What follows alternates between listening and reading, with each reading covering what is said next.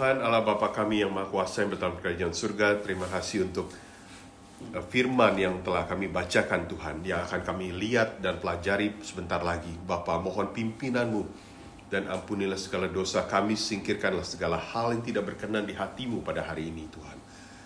Bapa, pimpin hamba sehingga setiap kata-kata yang keluar dari mulut ini hanya datang daripada-Mu saja Tuhan. Dialah nama-Mu yang dimuliakan. Dalam nama Tuhan Yesus, doa yang jauh dan sempurna ini kami naikkan. Amin. Saudara-saudara yang kita lihat bagian ini, pertama saya ingin disclaimer nih, bahwa ini bagian yang sulit untuk dikhotbahkan terus terang. Saya lihat bagian ini, nggak tahu nih breakfastnya pada makan paginya apa nih hari ini ya, karena kita bicara tentang ular dan segala macam. Dan kalau kita pikirkan baik-baik, sebenarnya cukup serem-serem juga ya. Sulit untuk dikhotbahkan dan juga sulit untuk dipraktekkan. Terus terang ya. Ini satu tantangan besar bagi kita sebagai orang percaya. Nah, di sini kita akan melihat Tuhan Yesus satu catatan sedikit ya. Di dalam bahasa Indonesia, saya nggak tahu di terjemahan yang kita punya kalau yang dibaca. Tapi perhatikan ayat 44 dan 46 itu ada tanda kurung. Ya. Kenapa? Karena ada beberapa manuskrip, ada beberapa dokumen yang tidak ada ayat 44 dan 46. Ya. Dan kalau perhatikan ayat 44 dan 46 itu hampir sama, basically boleh dibilang sama dengan ayat 48. Ya. Jadi ada bagian yang mencantumkan 44-46, ada dokumen asli yang tidak ada ayat 44 dan 46-nya. Ya. Kalau dalam Alkitab bahasa Inggris yang saya pakai, ESV, dia tidak ada ayat 44 dan 46. Ya. Itu catatannya aja sedikit. Oke, kita akan bersiap-siap. Sekarang kita akan melihat bagian ini, ya. Oke, kita lihat ayat 42 ya. Tuhan Yesus mengatakan, barang siapa menyesatkan salah satu dari anak-anak kecil yang percaya ini, ya. Satu hal, anak-anak kecil di sini itu bukan secara literal anak-anak kecil. Tapi yang diungkapkan dalam bahasa aslinya, anak-anak kecil di sini itu melambangkan orang-orang yang imannya itu masih baru, yang masih muda, ya, orang-orang Kristen yang baru. Ceritanya orang-orang percaya yang baru, imannya masih muda. Jadi Tuhan Yesus katakan kalau ada yang menyesatkan mereka atau salah satu dari mereka, maka lebih baik orang itu yang menyesatkan itu batu kilangan itu diikatkan pada lehernya, lalu ia dibuang ke dalam laut. Saya kurang ngerti bahasa Indonesia batu kilangan itu apa ya. Tapi kalau dalam bahasa Inggris itu disebut millstone. Millstone itu di dalam penggilingan. Iya, di dalam batu kilangan itu penggilingan. Iya, penggilingan. Oh, penggilingan. Oke. Ya, memang itu penggilingan. Bahasa Inggrisnya millstone. Di dalam tradisi Yahudi itu ada penggilingan. Saya nggak tahu, dulu waktu saya kecil, saya masih ingat waktu saya kecil di rumah yang dulu tuh, nggak tahu mama saya atau nenek saya tuh ada tuh penggilingan yang model kayak, saya suka mainin, enak gitu, kayak orang nyetir mobil dari batu. Iya, dari batu. Dan pergi ke desa-desa di Jawa masih ada tuh penggilingan ditarik sama sapi. Iya. Besar sekali. Iya, ditarik. Kalau jam Yahudi ditarik kemungkinan oleh keledai. Karena itu besar. Kalau pernah ke gym ya, orang lihat angkat besi ya, itu kan ada apa? Batunya tuh di belakang ya. Nah, batu kilangan atau penggilingan ini seperti itu, tapi lebih tebal lagi, lebih tebal dan lebih besar, ya diameternya semua. Jadi Tuhan Yesus katakan, kalau ada yang menyesatkan salah satu daripada orang-orang yang masih muda imannya ke dalam dosa, ya, di dalam bahasa Indonesia tidak dikatakan dosa, tapi dalam bahasa Inggris itu ada dikatakan menyesatkan mereka yang percaya ini melakukan dosa atau ke dalam dosa. Lebih baik orang itu yang menyesatkan diikat palanya, lehernya dengan batu yang begitu besar, Bayangkan ya, kita bahasa yang Tuhan Yesus katakan ini nggak main-main ya. Bahasa yang sangat keras ya sebenarnya. Lalu apa? Ikat lalu lempar aja udah ke laut. Dan laut itu kalau di dalam tradisi orang Yahudi ya, laut itu digambarkan sebagai satu jurang maut yang dalam. Atau bahasa Inggrisnya di abyss. Satu jurang yang dalam yang tempat pembuangan orang-orang yang tidak layak istilahnya. Dunia gelap di bawah itu laut. Maka itu kalau kita baca di Wahyu, kitab Wahyu, dikatakan nanti di dalam kitab Wahyu itu pada akhirnya nanti the new heaven and the new earth, dunia yang baru. Laut itu tidak ada lagi. Tidak kelihatan. Kenapa? Karena laut itu menjadi simbolis atau simbol dalam tradisi orang Yahudi sekali lagi. Tempat jurang di mana orang-orang jurang yang gelap. Pembuangan orang-orang yang gelap.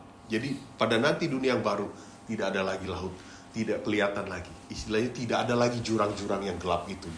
Sesuatu yang kita tidak bisa lihat secara kasat mata. Ya, kurang lebih kayak gitu. Nah, jadi pada waktu saya membaca ayat 42 ini menjadi satu teguran keras terus terang buat saya pribadi sebagai orang yang membawakan firman.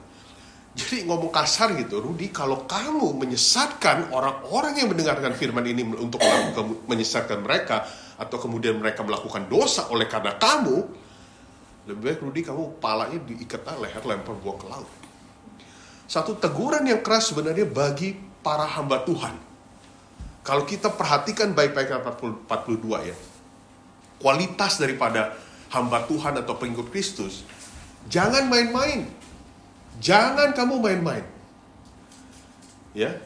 Kamu itu harus bertanggung jawab membawakan firman di depan orang di depan orang-orang, baik itu 2 orang, 3 orang, 1000 orang, 2000 orang.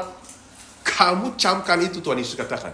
Kalau sampai apa yang kamu ajarkan itu menyesatkan mereka, atau bahkan mereka melakukan dosa atas apa yang kamu lakukan, itu kamu guru, para hamba Tuhan, kamu lebih baik ikat lehernya, buang ke laut dengan batu kilangan itu, penggilingan itu. Kita bisa melihat ya, merasakan bobot daripada bahasa yang Tuhan Yesus katakan bahwa sebagai hamba Tuhan, pengajar, jangan main-main. Tanggung jawabnya itu besar. Ya. Jadi jangan para hamba Tuhan itu memikirkan untuk kumpulin duit di dalam melakukan pelayanan. Atau popularitasnya dia. Perhatikan ayat ini baik-baik. Nah, kenapa Tuhan Yesus bilang menyesatkan atau bahasa Inggrisnya itu believe in committing sin gitu ya, melakukan dosa. Kenapa bahasa itu sangat keras yang Tuhan Yesus katakan? Karena Tuhan Yesus ingin mengingatkan kita semua, mengajarkan pada para muridnya pada saat itu, bahwa dosa itu jangan main-main dengan dosa. Konsekuensi daripada dosa itu luar biasa. Dosa itu bukan sesuatu yang enteng, itu adalah sesuatu yang serius. Apa maksudnya serius? Kita bisa lihat apa yang Tuhan Yesus katakan ayat 43. Dan jika tanganmu menyesatkan engkau, kalau tangan ini menyesatkan kita, melalui tangan ini kita melakukan dosa, penggalah. Ini satu bahasa simbolis ya. Bahasa simbolis, tapi bahasa simbolis yang menohok gitu ya. Menusuk gitu. Ya, bahasa simbolik yang sungguh-sungguh serius dan keras. Penggalah, karena lebih baik Tuhan Yesus bilang, lebih baik engkau masuk ke dalam hidup, ya, ke dalam hidup dengan tangan kudung, dengan tangan yang yang cacat gitu, daripada tanganmu utuh, tapi kamu akhirnya masuk neraka. Perhatikan ya satu, kita dengar ya kata neraka nih satu, ya. Ini lompat sedikit, nanti saya akan balik ya. Lalu dikatakan bahwa di tempat itu ulatnya tidak akan mati dan apinya tidak akan padam. Nanti kita akan lihat juga. Ayat 45 juga dikatakan hal yang sama. Dan jika kakimu menyesatkan engkau, penggalah, karena lebih baik engkau masuk ke dalam hidup dengan timpang daripada kedua kakimu dengan 2 kaki, tapi kamu dicampakkan ke dalam neraka. 2 kali Tuhan Yesus memakai kata neraka ya.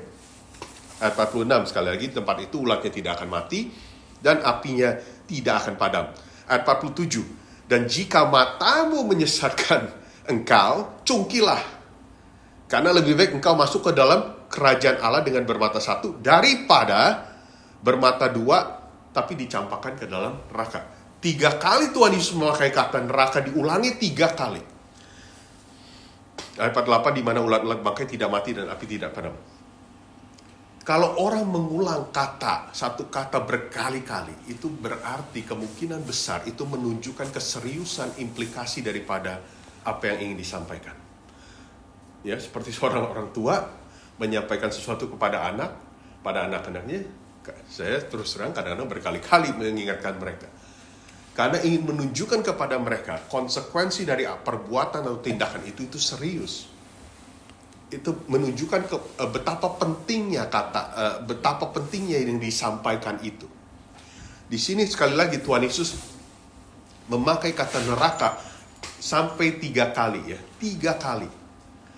Kalau ada orang yang mengatakan bahwa neraka itu tidak ada, saya ingin mengajak orang itu untuk melihat apa yang Tuhan Yesus sampaikan di dalam bagian ini. Kalau ada orang-orang Kristen yang menganggap bahwa neraka itu tidak ada, silakan baca ini. Nah, sekarang saya ingin menjelaskan apa maksudnya neraka di sini. Neraka itu, istilah neraka ya, itu ada 3, sebenarnya 2. Satu di dalam bahasa Ibrani, kita mungkin sering dengar, terutama di dalam Mazmur, kata Sheol, S-E-O-L, atau bahasa Inggrisnya S-H-E-O-L, Sheol ya. Sheol itu bahasa Ibraninya yang dipakai. Ada juga, lalu kalau dalam bahasa Yunaninya itu disebut Hades, ya, Hades, ya, 2. Ini arti yang sama. Apa nama? Sheol dan Hades itu adalah tempat dikatakan bahwa dalam dunia gelap, dunia tempat orang mati. Seperti apa exactly? Saya nggak tahu. Kita belum pernah ada ke sana, ya. Dan kemungkinan kalau udah ke sana kita nggak balik lagi. Tapi itu tempat di mana orang-orang mati dikumpulkan dalam dunia itu. Ya. Itu Sheol dan Hades, ya. Dalam bahasa Indonesia neraka. Ada satu lagi kata neraka yang dipakai oleh Tuhan Yesus di bagian ini. Yang dalam bahasa Yunani itu disebut Gehenna. Gehenna ini lebih parah kadarnya daripada Sheol. Kalau Sheol tadi tempat yang gelap di mana orang-orang mati berkumpul, Gehenna ini adalah tempat di mana api itu akan terus berkobar. Seperti dikatakan sini, ulat tidak akan mati, api terus berkobar. Itu gambaran daripada neraka yang disebutkan sebagai Gehenna. Gehenna itu sebenarnya diambil dari kata Yunani, satu daerah, satu lembah di daerah selatan Yerusalem yang bernama Hinnom. Jadi bahasa Ibraninya itu sebenarnya Gehinnom, ya, Hinnom. Kenapa di dalam konsep pemikiran orang Yahudi akhirnya dipakai kata Gehinnom atau Gehenna ini? Karena memang kita harus mengerti sejarahnya sedikit. Di dalam Perjanjian Lama, kalau kita lihat, coba mungkin ada yang bisa tolong bacakan 2 Raja-Raja 16 ayat 3 dan 2 Raja-Raja 21 ayat 6. 2 Raja-Raja 16 ayat 3. Oh sorry. 2 Tawarik.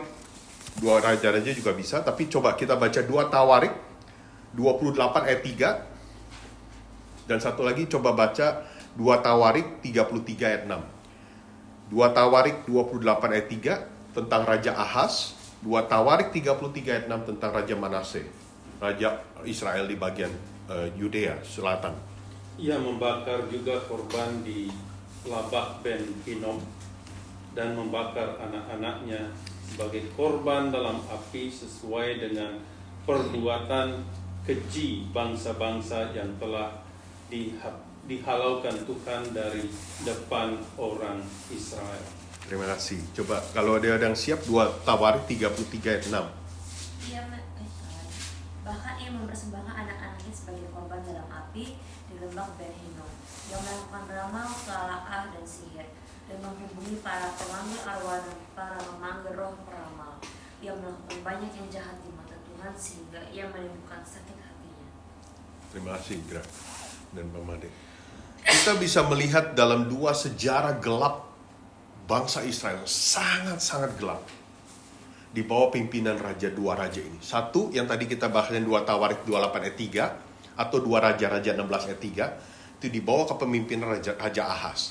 Kedua, 2 Tawarik 33 ayat 6, atau 2 Raja-Raja 21 ayat 6, itu dibawa ke pemimpinan Raja Manase.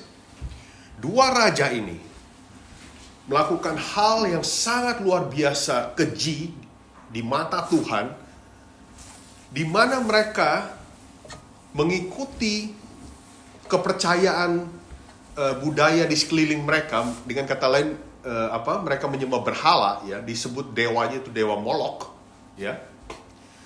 Yang mana bagian daripada proses penyembahan itu mereka mengorbankan anaknya mereka sendiri.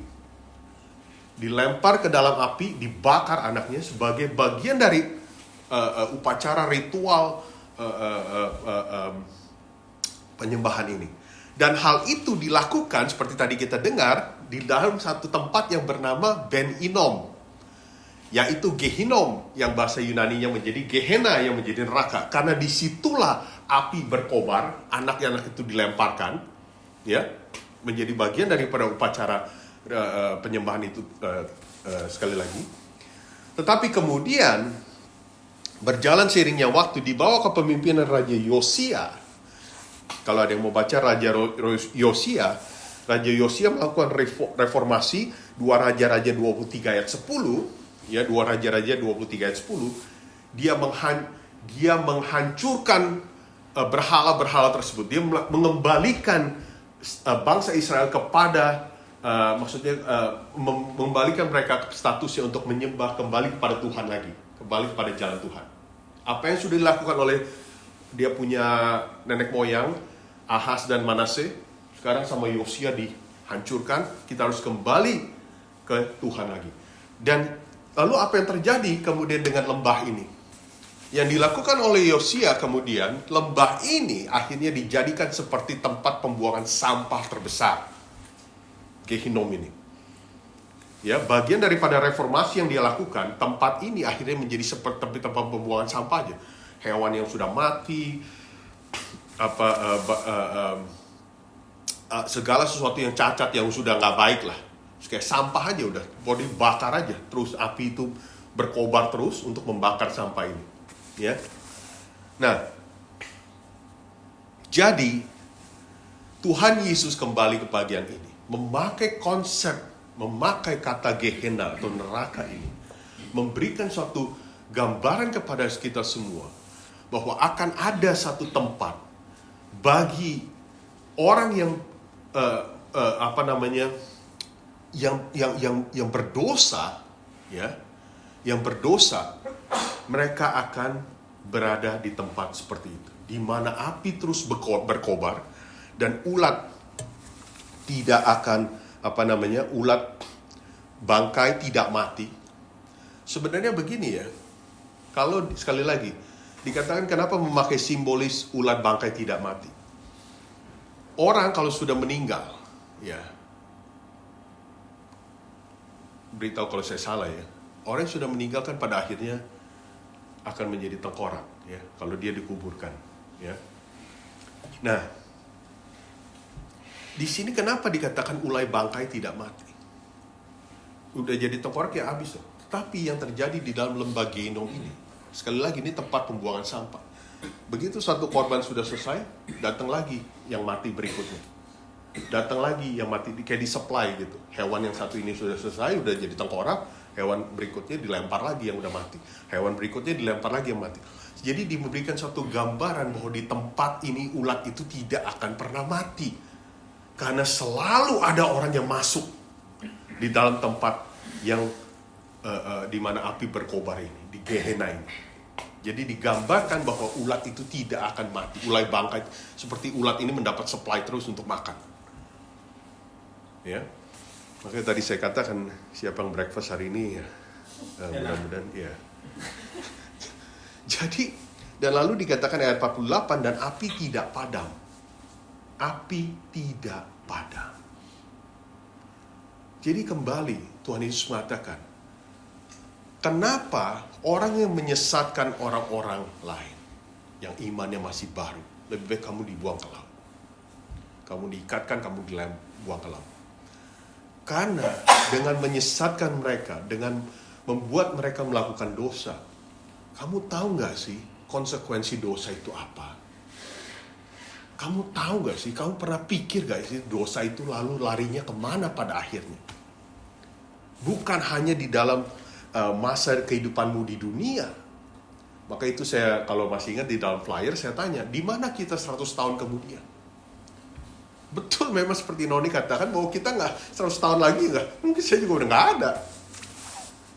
Betul, that's exactly my point. Itulah poin saya. Kalau kita nggak ada, lalu kita di mana? Kita ada di mana?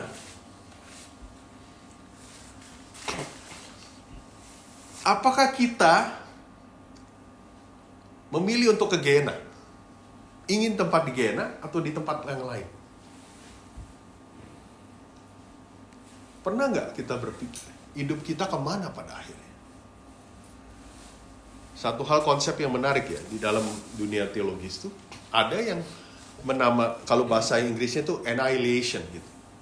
Annihilationism. Atau bahasa Inggrisnya itu bahasa Indonesia pemusnahan atau penghancuran. Jadi ada orang Kristen, ada beberapa yang beranggapan begini. Oh nggak ada itu, dia bilang.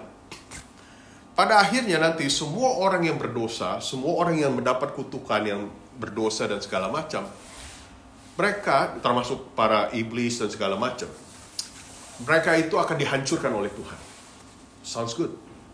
Mereka itu akan dihancurkan, lalu mereka akan di-erase, dihapus semua memorinya, tidak ada.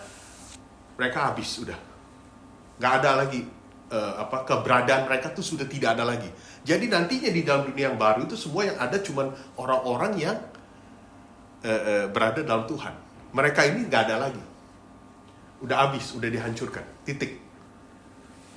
Itu konsep anihilasi, annihilation atau pemusnahan. Tetapi kalau kita melihat apa yang Tuhan Yesus katakan di sini, itu berbalik, nggak bisa. Orang yang mendapat kutukan atau yang berdosa pada akhirnya, yang tidak ada pertobatan, Tuhan Yesus katakan mereka akan berada di tempat di mana ulat bangkai tidak akan mati dan api tidak akan pernah padam. Mereka tidak akan habis begitu saja dari peredaran dunia ini. Tapi mereka akan berada di dalam satu tempat di mana api tidak akan pernah padam bagi mereka. Seperti apa exactly in detail? Sekali lagi saya nggak tahu. Tapi ini gambaran satu bagian, sekali lagi saya katakan di awal. Terus terang, waktu saya mempersiapkan ini, saya susah. Dan mengingat apalagi bahwa saya adalah orang yang berdosa. Setiap detik, setiap menit, setiap jam dalam hidup saya. Godaan apapun terlintas dalam pikiran dan hati saya. Jadi saya bingung seringkali kalau mendengar ada orang yang mengatakan bahwa saya baik kok. Saya baik. Saya nggak ngerti definisi baiknya itu apa. Betul kamu baik menurut tetangga kamu. Betul kamu mungkin baik daripada orang-orang mungkin yang menyelundupkan narkotik dan segala macam. Tapi di mata Tuhan, itu lain cerita lagi. Apakah kamu mengatakan pada saya bahwa kamu tuh tidak pernah berbohong selama hidup kamu? Di dalam pikiranmu, di dalam hatimu. Apakah kamu mengatakan tidak ada sama sekali itu Rudy? Sebab kalau kamu mengatakan itu, saya rasa kamu sedang berbohong. Jadi, di dalam keberadaan saya melihat diri saya pribadi terus secara jujur. Kalau saya manusia yang penuh berdosa ini, maka itu saya tidak mungkin bisa melakukan memenuhi standar daripada Tuhan. Jadi apa yang Tuhan lakukan kemudian? Tuhan memberikan Yesus Kristus kepada kita semua sebagai sarapan, sebagai yang sempurna dari segalanya. Karena Tuhan tahu bahwa kita ini semua bobrok. Kedegilan di dalam hati kita ini Tuhan tahu. Oleh karena itu, Saya harus bergantung pada Kristus Yesus sebagai Tuhan dan Juru Selamat. Dan pada saat bersamaan saya mengakui dosa. Dan saya meminta mohon pengampunan dan adanya pertaubatan di dalam diri saya. Cling, bergantung pada Kristus Yesus sebagai satu-satunya jalan dan kebenaran dan hidup. Jadi Tuhan Yesus katakan so far, pertama, peran daripada pengajar atau hamba Tuhan atau orang Kristen ya, bukan hanya hamba Tuhan saja sebenarnya sih. Orang-orang Kristen juga, kalau kamu menyesatkan saudara kamu sendiri secara individu maupun secara konteks persekutuan ini, hati-hati. Kedua, Tuhan Yesus mengatakan, sekali lagi kenapa hati-hati? Karena konsekuensi daripada dosa itu gak main-main. Kamu berbicara mengenai dunia akhirat nanti buat orang ini. Kekekalan. Dan lalu ayat 49, karena setiap orang akan digarami dengan api. Seperti orang-orang yang masuk ke dalam Gehenna ini. Neraka ini yang diulang 3 kali oleh Tuhan Yesus, kata ini. Mereka itu seperti digarami, dibumbui terus saja. Tiada henti. Tapi juga bisa arti ini diartikan, kalau kita sedikit loosely, apa ya bahasa Indonesia? Loosely itu apa ya? Agak sedikit longgar lah ya. Itu bisa juga diartikan sebagai bagian daripada ayat 49 ini, sebagai bagian dari penyucian purifikasi kita. Penyucian kita sebagai orang-orang Kristen. Akan ada saatnya di mana kita disucikan. Dan ingat ya, ingat sekali lagi. Di dalam 2 Korintus 5 ayat 10. Di dalam 2 Korintus 5 ayat 10. Rasul Paulus mengatakan bahwa pada akhirnya kita semua harus berhadapan dengan Tuhan. Kita harus berdiri di depan Dia. Mempertanggungjawabkan segala hal, termasuk orang-orang percaya juga. Segala hal itu akan dibuka semuanya. Sebenarnya serem kalau saya dengar gitu ya. Tiba-tiba, wah ternyata Ruth selama ini begini ya. Nggak pernah kelihatan dulu ya. Aduh, saya kadang-kadang, maka itu saya mengajak kita semua memikirkan, merenungkan arti daripada pertobatan, pengampunan, dan bersandar pada Kristus Yesus sebagai Tuhan dan Juru Selamat. Karena pada akhirnya kita semua ada berdiri di hadapan Dia dan tidak ada satupun yang kita bisa sembunyikan. Tidak ada satupun yang kita bisa sembunyikan. Dan saya akan tutup di dalam ayat 50 ya. Garam memang baik, tetapi jika garam menjadi hambar, dengan apakah kamu mengasinkannya? Ya. Hendaklah kamu selalu mempunyai garam dalam dirimu dan selalu hidup berdamai yang seorang dengan yang lain. Kalau Tuhan Yesus memulai dengan kualitas daripada orang-orang Kristen, pengajar, hamba Tuhan, atau yang lain, yang mereka berpikir untuk menyesatkan orang lain, ini kemudian ayat 50 Tuhan Yesus tutup dengan, jadi kualitas sebenarnya harus seperti apa yang Tuhan Yesus maksudkan? Kualitas kita ini sebagai orang Kristen harus seperti apa? Tuhan Yesus memakai simbol atau metafor dengan memakai kata garam. Apa fungsi garam? Ya, yang juga menunjukkan kualitas kita sebagai orang Kristen. Ini loh yang Tuhan Yesus katakan. Seharusnya, instead of, daripada kamu menyesatkan, berpikir untuk menyesatkan orang-orang lain, atau orang-orang percaya yang imannya baru, yang seharusnya yang kamu lakukan adalah ini, 3 hal. Berfungsi sebagai garam. 1, garam itu biasanya dipakai untuk menambah rasa ya, makanan ya. Yang jago masak, saya sih cuma jago makannya aja ya. Untuk menambah rasa daripada makanan. Kalau makanan gak ada garam, wah rasanya hambar ya. Meskipun tadi malam kita makan pastanya asin. Itu juga repot sih. Tapi terlalu asin. Tapi kalau tidak ada garam, makanan itu rasanya kita makan, wah, makanan pagi. Makanan mungkin kayak minum air putih kali ya. Minum air putih, ya. Jadi Tuhan Yesus katakan sebagai orang percaya, harusnya kamu memberikan pengaruh, make a difference di dalam dunia di mana kamu hidup sekarang ini. Di dalam lingkungan dimanapun kamu berada. Berfungsi sebagai garam. Menambahkan cita rasa kebenaran Tuhan di antara orang-orang di sekeliling kamu. Kedua, fungsi garam. Ya. Juga untuk garam itu di dalam tradisi orang Yahudi, mungkin satu, coba tolong bacakan Imamat 2 ayat 13. Imamat 2 ayat 13.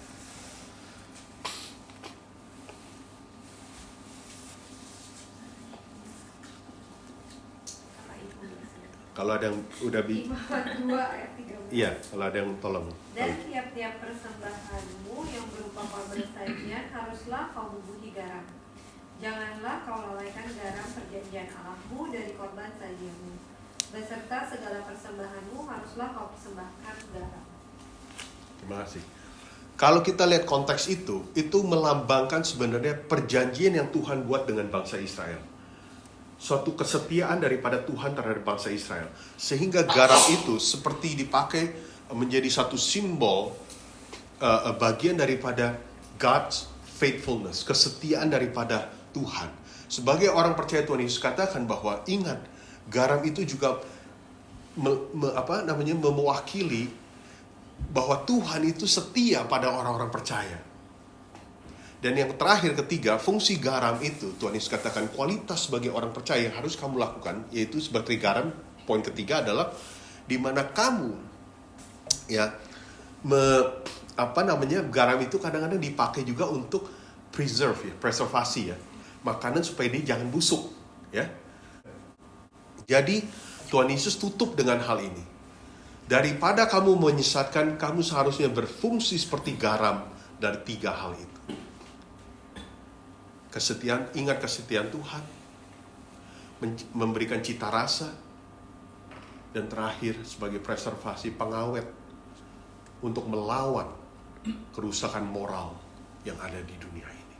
Oleh karena itu, Tuhan Yesus katakan, kamu mempunyai garam dalam dirimu dan selalu hidup berdamai yang seorang dengan yang lain. Jadi saya akan tutup di situ. Nanti kalau ada mau diskusi, kita bisa diskusi. Sekali lagi buat saya pribadi ini satu bagian yang berat dan sebenarnya juga serem. Membayangkan Gehenna, neraka itu ya.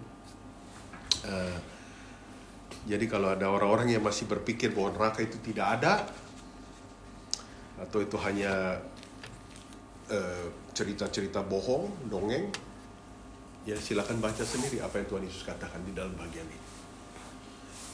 Ya, mari kita tutup dalam doa.